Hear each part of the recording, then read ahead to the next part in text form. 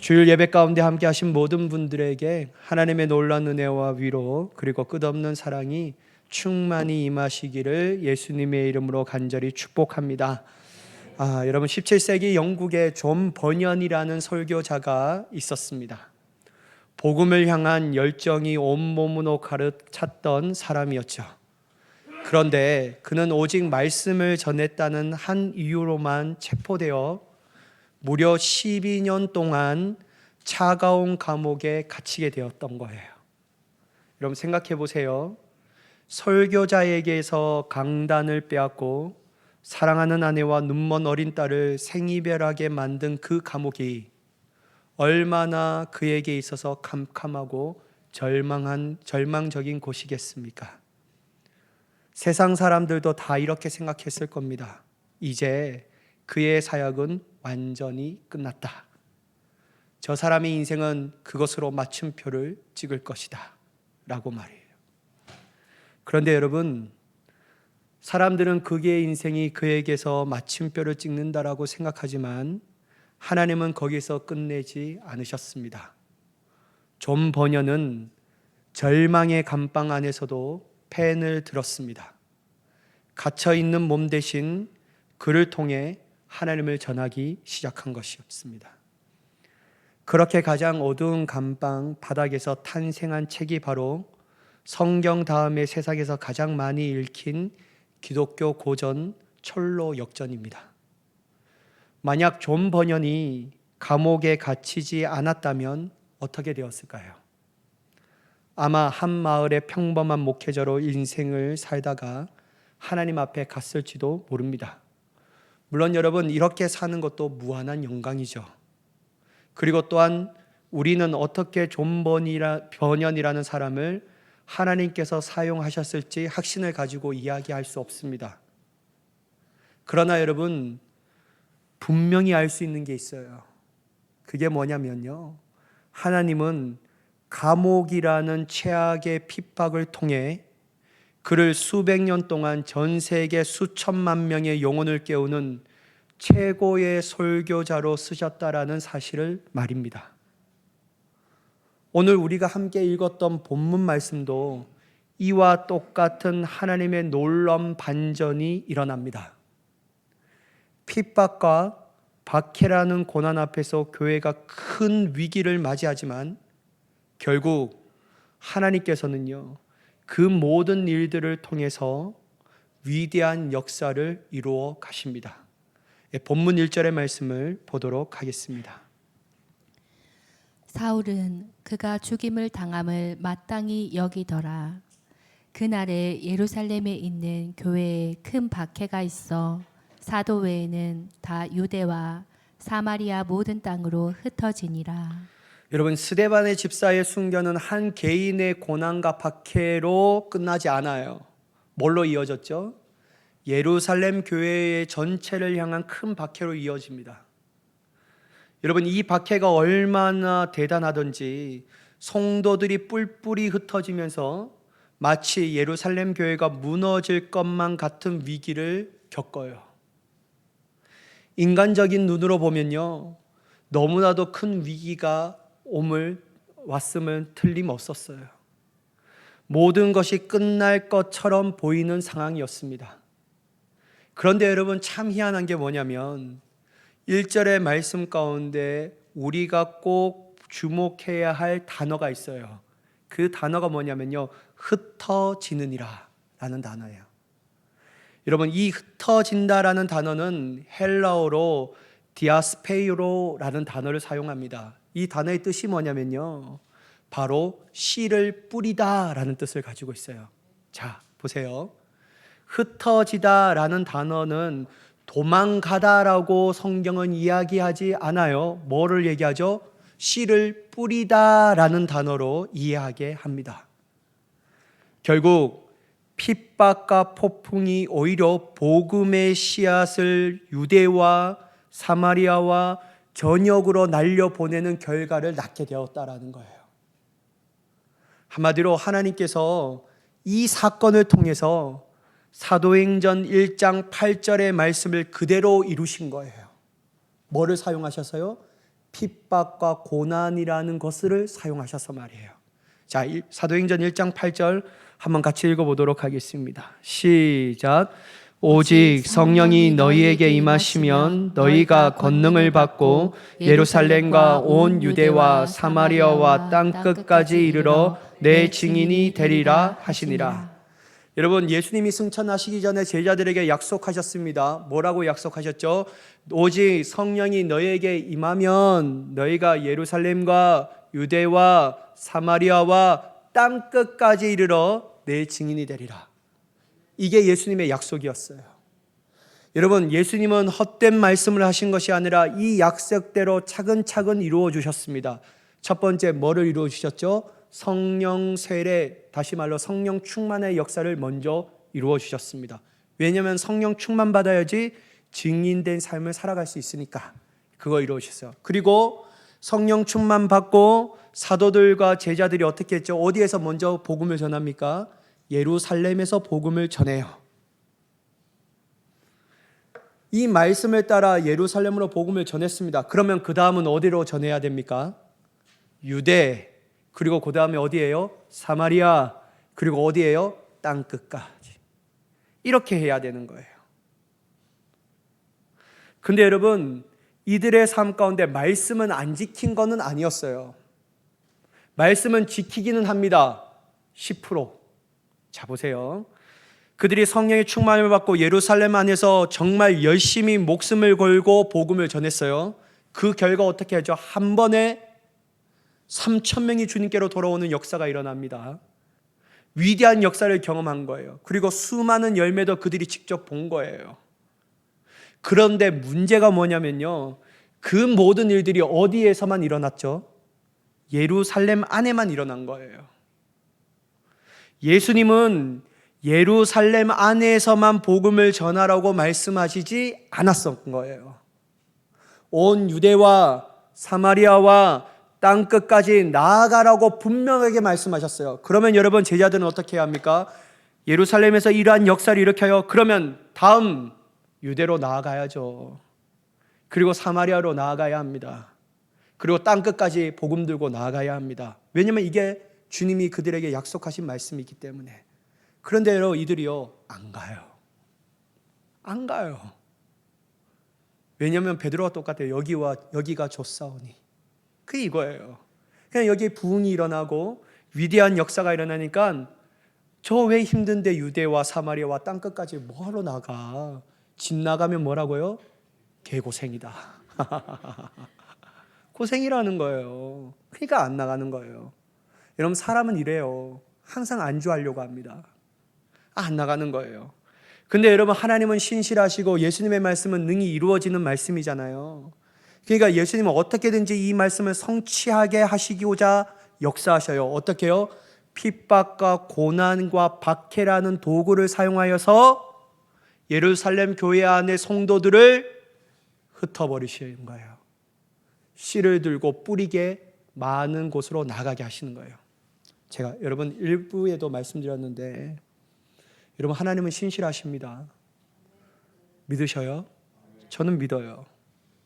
하나님은 약속하신 말씀대로 그것을 능히 성취하십니다. 여러분, 예수님이 이렇게 말씀하시면 그 말씀은 허투루 되는 것이 아니라 반드시 이루어져요. 뭐가 첫 번째 이루어졌죠? 성령 충만 이루어졌습니다. 두 번째, 예루살렘에서 복음이 전해졌어요. 그러면 남은 게 뭐예요? 유대와 사마리아와 땅 끝이죠. 그러면 여러분 어떻게 해요? 주님이 이것도 이루실까요? 안 이루실까요? 이루셔요. 상황과 환경이 어떠하든지 주님이 약속하셨기 때문에, 이 약속을 그들에게 말씀하셨기 때문에 능히 이루셔요. 그런데 여러분, 예루살렘에 있는 성도들은 안 가요. 근데 하나님은 이루셔요. 그럼 어떻게 해야 될까요? 이렇게라도 하셔야죠. 이렇게라도 하시는 거예요. 사랑하는 여러분, 저는 여러분들이 협박하는 게 아닙니다. 여러분, 협박 아니에요. 마음 어려워하지 마세요. 일부 때도 협박 아니라고 하니까 뭐 웃던데. 자. 여러분, 하나님 반드시 여러분들에게 약속한 것을 이루십니다. 그러니까 좋은 말 할 때 하셔야 합니다. 뻗탱기지 마십니다. 뻗탱기면 안 돼요. 왜요? 하나님 박해라는 것을 통해서도 하나님의 뜻을 이루어 가셔요. 견디면 없는 것으로 하면 되겠지. 아니에요. 하나님은요, 반드시 받아내셔요. 반드시 받아내신다니까요. 왜요? 하나님 거짓말 하시는 분이 아니시니까. 그러니까 여러분, 저의 삶 가운데도 그랬었어요. 저는 여러분들이 그런 일들로 아니라 자원하는 심령으로 주님 앞에 여러분의 삶의 모든 시간을 드릴 수 있는 저와 여러분이 되기를 간절히 축복합니다. 하나님 받아내신다니까요. 어떻게든지요. 여러분, 예루살렘 교회가 흩어졌는데요. 그거 그냥 있잖아요. 그냥 어느 정도의 박해가 아니었어요. 교회의 큰 아픔이었습니다. 3절을 보시면요, 사울은 교회를 잔멸하려고 합니다. 여러분, 잔멸하다라는 말이 뭐예요? 완전히 밟아 뭉개뜨리려고 했던 거예요. 그리고 여러분, 성도들은 어떻게 돼요? 끌어다가 옥에 넘겨버려요. 여러분, 이 구절을 보면요, 절로 가슴이 아프고 눈물이 나요. 그리고 함순 나는 상황이에요. 하지만 여러분, 그 아픔에서도 진짜 신앙인은요, 하나님의 역사하심을 볼 수 있는 사람들이에요. 여러분, 진짜 신앙인은 그 차디찬 아픔, 고통과 절망적인 상황 가운데서도 진짜 신앙인은요, 그 안에서 하나님의 역사하심을 볼 수 있는 사람이에요. 의도적으로도 그것을 보는 사람이에요. 근데 여러분, 종교인은 보지 못합니다. 교회만 나오는 종교인은 절대로 볼 수가 없어요.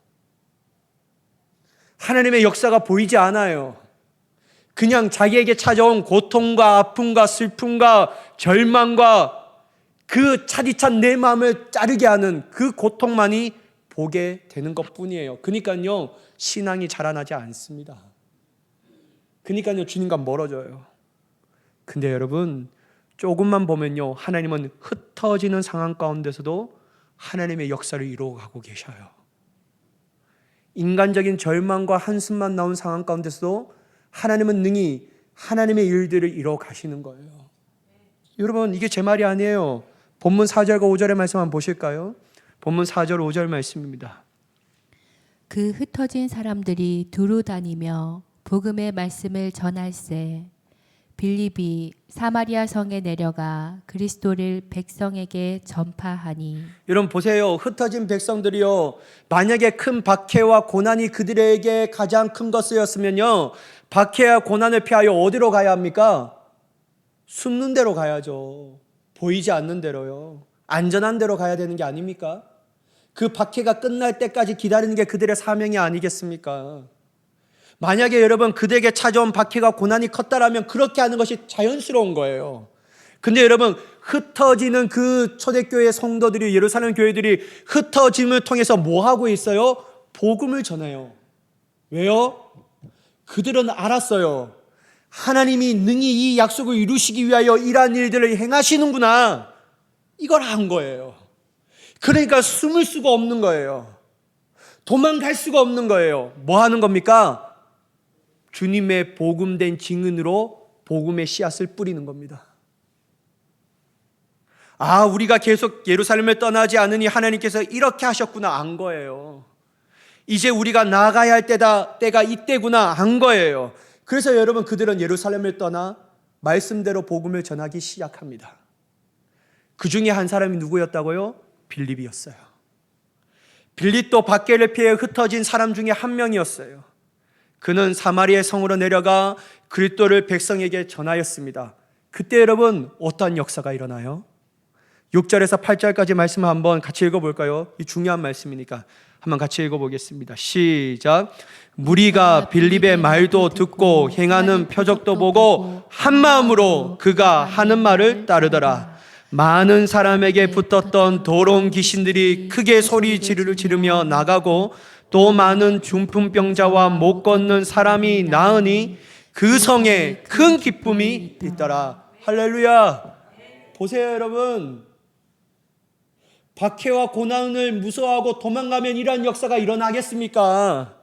하나님이 도망가라는 사인으로 이러한 역사를 이루어주겠습니까? 아니에요. 하나님은 하나님의 뜻을 이루기 위하여 흩어지신 거게 한 거예요.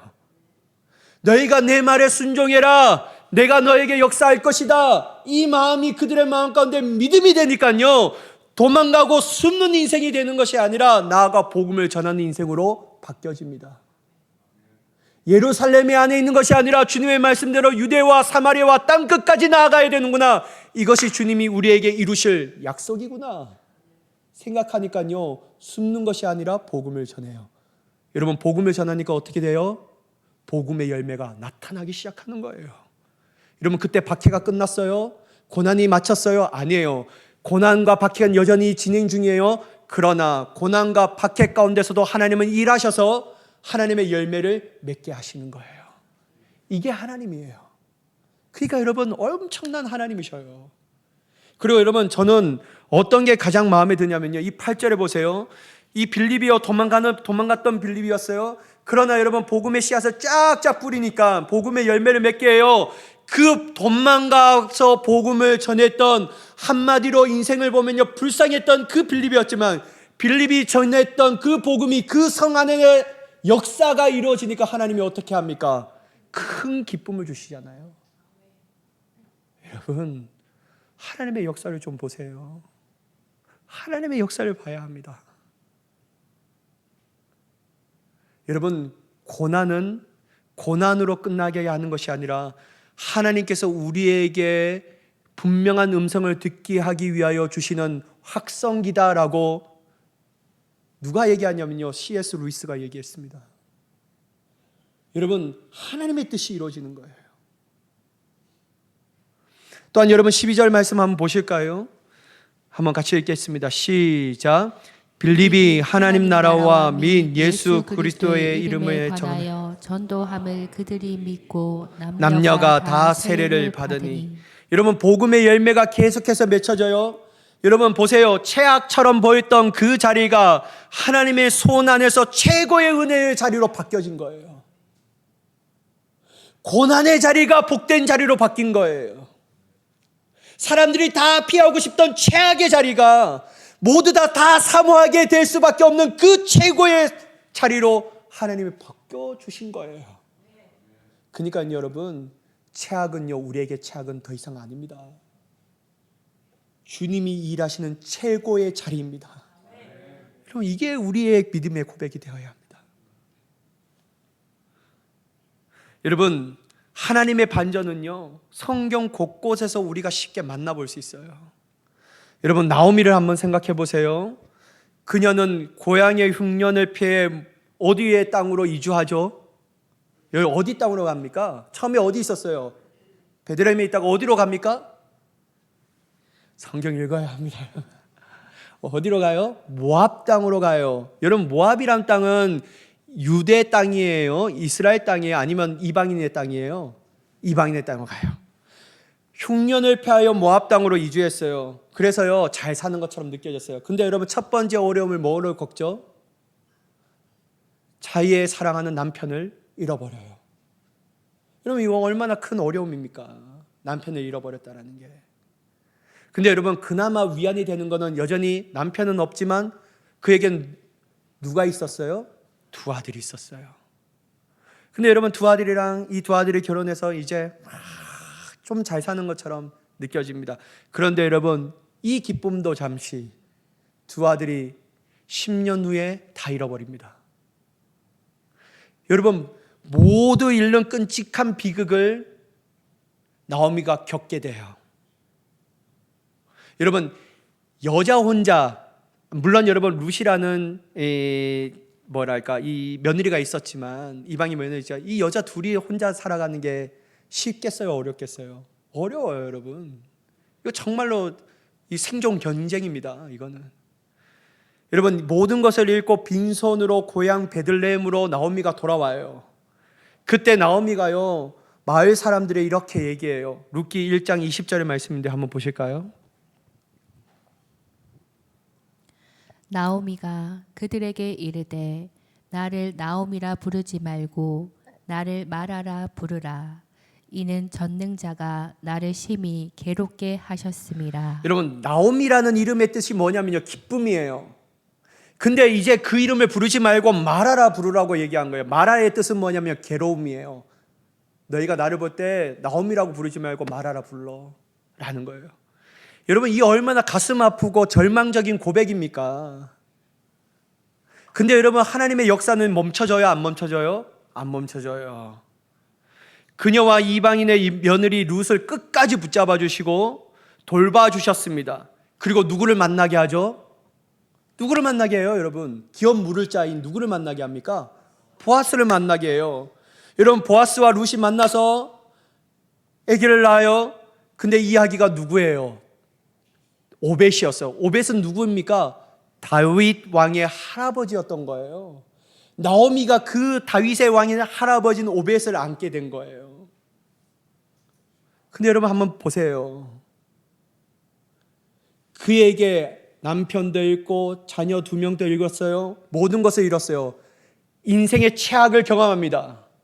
근데 여러분, 이 최악 때문에 어디로 돌아와요? 베들레헴으로 돌아와요. 최악을 뭘로 바꿔주십니까? 하나님이요, 최고로 바꿔주신 거예요. 그녀가 베들레헴으로 돌아온 것은 최악이었지만요, 하나님께서는 그것조차도 최고의 은혜로 바꿔주신 줄 믿으시기 바랍니다. 만약에 여러분, 나오미가요 남편도 살고 2 자녀도 잘 살면 베들레헴에 돌아와야 안 돌아와요? 안 돌아옵니다. 그냥 거기서 잘 먹고 잘 사는데. 근데 여러분, 그의 이름이 어디에 올려집니까? 성경에 올려져요. 그것도 여러분, 다윗의 왕가에. 여러분, 이것뿐만 아니에요. 욥도 한번 생각해 보세요. 여러분, 욥은 하나님께서 인정하신 동방의 의인이요, 여러분 거부였습니다. 부자였어요, 아주. 근데 여러분, 하루아침에 모든 재산을 잃어버려요. 조금씩 잃어버리는 것도 속상한데 하루아침에 다 사라져버려요. 그리고 여러분, 욥에게 몇 명의 자녀가 있었죠? 몇 명의 자녀? 다른 말 할까? 아니면 말하지 마세요, 여러분. 몇 명의 자녀가 있었냐면 10명의 자녀가 있었어요. 근데 이 10명의 자녀도 재난 때문에 한꺼번에 다 죽습니다. 여러분, 재산도 잃고 자녀도 잃어버려요. 이 최악의 상황 아닙니까? 거기다가 여러분, 욥은 자신의 몸에 어떤 변화가 일어납니까? 정수리부터 발바닥까지 뭐가 나요? 종기가 나요. 이 종기가 얼마나 간지러우니까요, 팍팍 끓으니까 피가 막 나는 거예요. 여러분, 이제 유일하게 남는 사람이 누구예요? 아내였잖아요. 그럼 이 아내가 이러한 자기의 모습을 보고 어떻게 해야 합니까? 위로해 줘야 되잖아요. 근데 어떻게 하죠? 조롱합니다. 네가 믿는 하나님 욕하고 죽으라고 이렇게 해요. 와, 여러분, 욥의 마음이 얼마나 무뎌집니까? 근데 여러분, 전에 그렇게 자기와 잘 지냈던 새 친구가 위로한답시고 찾아와요. 근데 위로해요, 꼰대질해요? 몰라요, 여러분? 저는 알겠는데 꼰대 노릇합니다. 너 죄졌지? 그래서 하나님이 이렇게 하신 거야. 잘난 척하다가 잘 됐네. 이러면서요, 욥의 마음을 후벼파요. 여러분, 욥의 입장에 볼 때는요, 영적으로도 육체적으로도 관계적으로도 최악 중에 최악이었어요. 이러한 고통이 얼마나 심했는지 욥이 이런 고백을 해요. 여러분, 이런 고백 한번 들어보시겠어요? 욥기 3장 11절 말씀입니다. 어찌하여 내가 태에서 죽어 나오지 아니하였던가? 어찌하여 내 어머니가 해산할 때에 내가 숨지지 아니하였던가? 여러분, 이게 뭐예요, 여러분? 차라리 내가 태어나지 않았다면 훨씬 좋았을 것을. 여러분, 저도 이 말을 합니다. 저희 어머니가 저에게, 우리 엄마 그만 얘기하라 그랬는데, 저희 어머니가 저에게 막 하고 막 싸우면요, 제가 그래요. 왜 나를 낳게 해갖고 나를 이렇게 하라고 하면, 그러면 저희 어머니는 인내한 모습으로 나를 안아주시지 않았어요. 어떻게 하냐면 타닥! 이 자식이 말이야, 그냥 아주 팍! 막 보트게 맞으면 여기서 정신 차려고 죄송합니다 막 이렇게 했죠. 여러분, 왜 나를 낳게 하셔서? 이거 진짜 이게 절망적인 고백이에요. 내가 차라리 태어나지 않았더라면 훨씬 좋았을 것을. 태어나서 이런 고통을 얻게 됐나? 자신의 태어난 날 자체를 저주하고 있습니다. 그런데 여러분, 하나님은요, 욥이 쓰러지지 않고 포기하지 않고 하나님으로부터 돌아서지 않을 것을 믿고 계셨어요. 시간이 흐르면서요, 이제는 하나님과 욥이 대면합니다. 대화예요. 특별히 무슨 주제로 하냐면요, 창조의 하나님의 대화의 주제를 가지고 얘기해요. 내가 이 땅에 기초를 놓았을 때 너가 어디에 있었느냐? 라고 말해요. 이때 욥이요, 완전히 깨어져요. 피조물인 내가 어찌 창조주 하나님의 역사를 다 할 수 있겠느냐. 그래서요, 자기의 미천한 생각을 가지고 너무나도 부족한 자신을 바라봅니다. 그리고 깨어져요. 하나님의 창조의 하나님의 섭리 앞에 엎드리기 시작해요. 그러면서 이렇게 얘기합니다. 욥기 42장 5절의 말씀인데 한번 같이 읽어보도록 하겠습니다. 시작. 내가 주께 대하여 귀로 듣기만 하였사오나 이제는 눈으로 주를 배옵나이다. 예전에는 하나님에 대해 귀로만 들었는데 이제 눈으로 직접 뵈는 것처럼 내가 주님을 압니다. 이게 뭐예요, 여러분? 하나님의 섭리는 크고 놀라움을 내가 이제야 보게 되었습니다. 내가 일어난 모든 일도 하나님은 나를 위하여 선한 일들을 주시기 위하여 이렇게 하셨군요. 그렇게 느껴지게 되는 거예요. 여러분, 고난이 그를 하나님을 더욱 깊이 아는 사람으로 빚어냈다라는 거예요. 그 고백 뒤에 하나님께서 욥에게 어떻게 하신 줄 아십니까? 욥기 42장 10절의 말씀입니다. 한번 같이 읽어보도록 하겠습니다. 시작. 욥이 그의 친구들을 위하여 기도할 때 여호와께서 욥의 공경을 돌이키시고 여호와께서 �욥에게 이전 모든 소유보다 갑절이나 주신지라. 여러분, 욥이 그때서야 자신의 잘못을 깨달아요. 그래서 여러분, 자기 그토록 미워했던 세 명의 친구를 위하여 회개합니다. 그들을 위하여 기도해줘요. 그때 여러분, 하나님께서 욥의 공경을 돌이켜서 여호와께서 욥에게 이전 모든 소유보다 몇 절을 더 주셔요? 갑절을 주셔요. 여러분, 고난이 그에게 유익이었던 거예요. 최악이 최악으로 끝나는 것이 아니라 최고의 은혜의 자리로 그를 앉게 하였던 거예요. 사랑하는 여러분, 오늘 우리는 이 말씀을 통하여 한 가지를 꼭 기억해야 합니다. 고난과 어려움이 찾아올 때 그 단편적 모습만 보면 안 된다는 사실을 말이에요. 우리는 더 나아가 그 안에 하나님의 위대한 섭리와 계획이 있음을 바라볼 수 있는 신앙인이 되어야 할 줄 믿습니다. 여러분, 종교인 누구나 다 고난 자체를 바라볼 수 있어요. 원망하고 불평하는 것은 누구나 할 수 있는 거예요. 그러나 여러분, 신앙인은요, 고난 자체를 바라보는 것이 아니라 그 안에 섭리하시고 인도하시고 역전시키시는 최고의 자리로, 은혜의 자리로 우리를 앉히실 하나님의 역사를 볼 수 있는 사람인 줄 믿으시기 바랍니다. 그래서 하나님은 위대하신 거예요. 왜 그렇습니까, 여러분? 하나님은 우리를 골탕 먹이시려고, 또한 신심해서 우리의 삶 가운데 고난 주신 분이 아니시기 때문이에요. 여러분, 예레미야 29장 11절 말씀 한번 같이 보실까요? 한번 같이 보겠습니다. 시작. 여호와의 말씀이니라. 너희를 향한 나의 생각을 내가 아나니 평안이요 재앙이 아니니라. 너희에게 미래와 희망을 주는 것이니라. 여러분 보세요. 하나님이 신심해서 우리에게 고난 주시는 거예요. 너 망해봐라. 너 인생 끝나봐라. 너 한번 처절하게 실패해봐. 이것 때문에 주시는 거예요? 아니에요. 하나님이 우리의 생각을 아신다라고 말해요. 내가 안다라고 말하는데, 내가 너에게 주는 것은 재앙이 아니다. 평안이다. 내가 너에게 주고 싶은 것은 미래와 희망이다. 그래서 여러분, 하나님은요, 최악을 최고로 바꾸시는 거예요. 또한 여러분, 이사야서 54장 10절의 말씀 한번 보실까요? 한번 같이 읽어보도록 하겠습니다. 시작. 산들이 떠나며 언덕들은 옮겨질지라도 나의 자비는 내게서 떠나지 아니하며 나의 평화의 언약은 흔들리지 아니하리라. 너를 긍휼히 여기시는 여호와께서 말씀하셨느니라. 여러분, 하나님의 자비가 떠나요, 안 떠나요? 안 떠납니다. 안 떠나요. 하나님의 평화의 언약이 흔들려요, 안 흔들려요? 안 흔들려. 그래서 여러분, 우리가 지금 당하고 있는 고난이 있을지라도 조금만 기다려보세요. 하나님 이것을 받고 최고의 은혜 자리로 변화시켜 주실 줄 믿습니다. 하나님이 우리 하나님이에요. 여러분, 위대한 사역을 감당했던 사도 바울을 한번 생각해 보세요. 그는 사역하면서 수많은 어려움과 고난과 핍박을 겪었습니다. 그런데 그는 눈물 나는 상황 가운데서도 견디고 인내하고 끝까지 사명을 잘 감당해요. 실패하지 않았습니다. 왜 그럴까요, 여러분? 그 강도가 약해서요? 아니요, 여러분. 사도 바울은 40에 감한 한 매를 몇 번이나 맞습니까? 2번이나 맞습니다.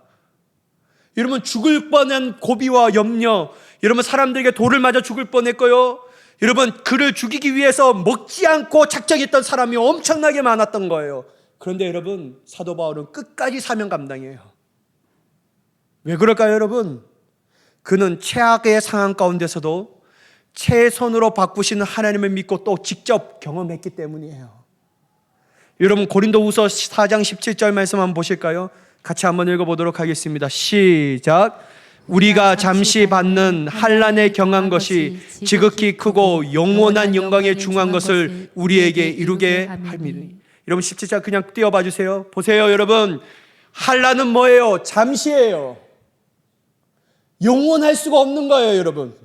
그리고 여러분, 환난에 경한 것이라고 말해요. 경한 건 뭐예요? 작다라는 거예요. 근데 여러분 뒤에 보세요. 영원한 영광은 어때요? 영원하다라고 얘기합니다. 그리고 어떡하다고요? 크다라고 얘기해요. 사랑하는 여러분, 환난은 잠시입니다. 그리고 작습니다. 물론 나에게 데미지는 클 수가 있어요. 그러나 여러분, 하나님의 입장에서는 작은 거예요. 지나가는 거예요. 우리에게 다가오는 것은 뭡니까? 영원한 영광이에요. 그걸 하나님이 이루시고자 하는 거예요. 그런데 여러분 보세요. 잠시 받는 환난에 경한 것이 이것 때문에 크고 영원한 영광에 중한 것이 우리에게 이루게 되어진다. 여러분, 최악의 자리가 있지 않는 한 최고의 자리도 없습니다. 그런 자리가 없어요, 여러분. 지금 많은 분들이 힘들고 어려운 시간을 보내고 계실 겁니다.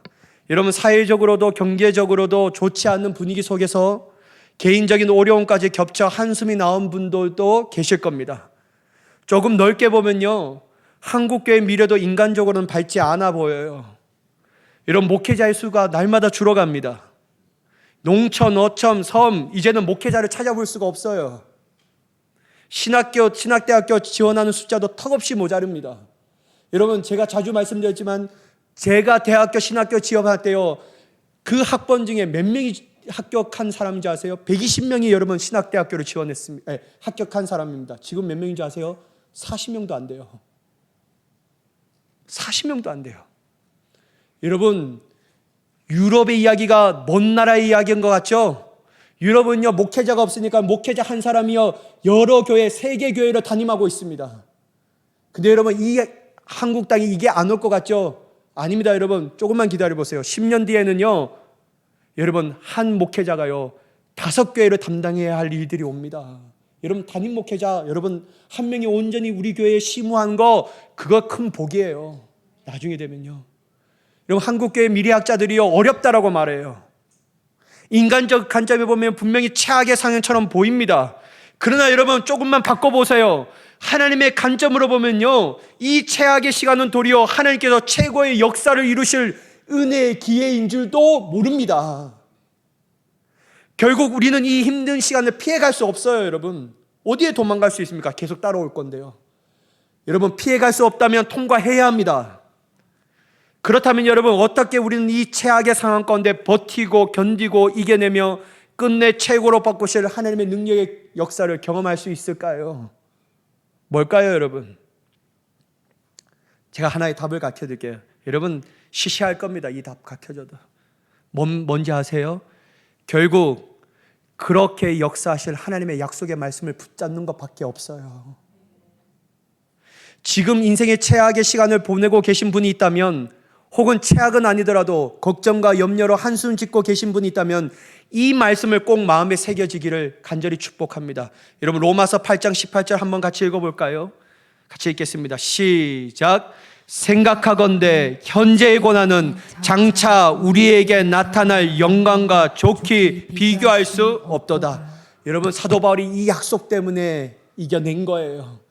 지금 내가 당하는 고난이 아무리 크더라도 앞으로 나타날 장차의 영광과 좋게 비교할 수 없는 하나님의 위대한 최고의 은혜가 그에게는 여전히 실제인 거예요. 여러분 사도 베드로도 이렇게 고백합니다. 베드로전서 4장 12절에서 13절 말씀입니다.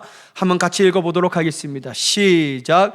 사랑하는 자들아, 너희를 연단하려고 오는 불시험을 이상한 일 당한 것 같이 이상히 여기지 말고 오히려 너희가 그리스도의 고난에 참여하는 것으로 즐거워하라. 이는 그의 영광을 나타나실 때 너희로 즐거워하고 기쁘게 하려 함이라. 여러분, 최악의 상황 당할 때 우리는 눈물을 흘릴 수밖에 없습니다. 그러나 신앙인은요, 눈물의 기쁨의 은혜의 찬양을 불러야 합니다. 왜 그렇습니까, 여러분? 끝내 우리는 기뻐할 사람이기 때문이에요. 누가 즐거워합니까? 세상 사람들이요? 아니에요.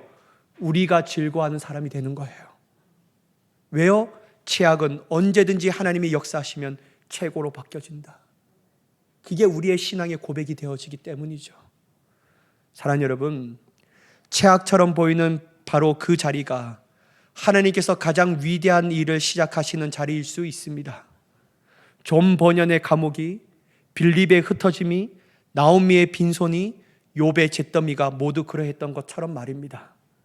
최악을 분명히 최고로 바꾸실 하나님의 역사를 기억하며 나아가는 우리가 되기를 원합니다. 그러니 여러분, 좀 견디세요. 여러분, 이건 저에게도 말하는 거지만 여러분들에게 간곡하게 말씀합니다. 여러분, 견디세요. 그 약속의 말씀을 좀 붙잡고요, 좀 이겨내보세요. 그러면요, 하나님의 때는 언제든지 모르지만 그 때가 속히 우리에게 임하여 최악이 도리어 우리의 최고의 자리로 바뀌어져 모든 사람들에게 위대한 간증의 입술로 우리를 세워주실 줄 믿습니다. 이러한 역사가 저와 여러분 삶 가운데 넘쳐나기를 예수님의 이름으로 간절히 축원합니다. 사랑의 하나님, 감사합니다. 온전히 주님의 역사하심에 나아가기를 원합니다. 최악은 최악으로 끝나는 것이 아니라 최고로 바꾸실 하나님을 기대하오노니 주여 역사하여 주시옵소서. 그렇게 일하실 하나님을 간절히 바라보며 우리 주 예수 그리스도의 이름으로 기도드리옵나이다. 아멘.